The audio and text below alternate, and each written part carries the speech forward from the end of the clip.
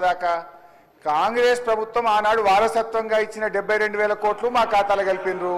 11,000 కోట్లు కార్పొరేషన్ అప్పు మా ఖాతాలో కలిపినరు.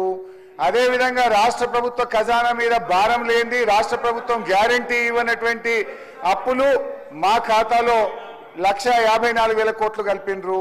అన్ని తీసేస్తే బీఆర్ఎస్ హయాంలో కరోనా సహా ఉదయ్ సహా గ్రాంట్ రూపంలో రావాల్సింది కేంద్ర ప్రభుత్వం బలవంతంగా రిద్దిని అన్ని కలిపితే కూడా బీఆర్ఎస్ హయాంలో చేసినప్పు 4,17,000 కోట్లని మళ్ళీ మీ వైట్ పేపర్ ఆధారంగానే చెప్పాను.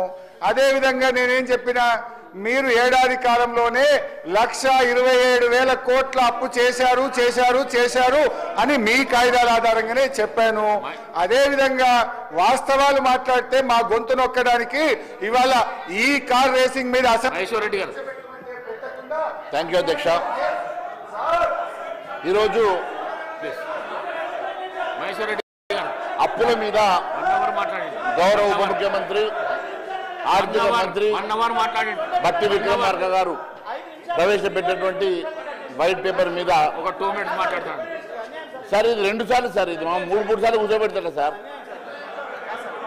స్పీకర్ సార్, మేము మిమ్మల్ని కలిసి కూడా మీకు లెటర్ ఇచ్చాం.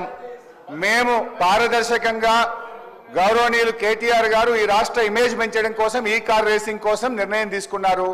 ఒకవేళ మీకు భయం లేకపోతే మీరు చేసేది నిజమైతే ఈ శాసనసభలో రేపు గాని ఎల్లుండి గాని చర్చ పెట్టాలి. చర్చ పెట్టి నిజం. మహేశ్వర్ రెడ్డి గారు.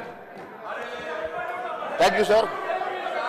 అధ్యక్ష, ఈరోజు ఈ రాష్ట్రం గతంలో చేసినటువంటి అప్పుల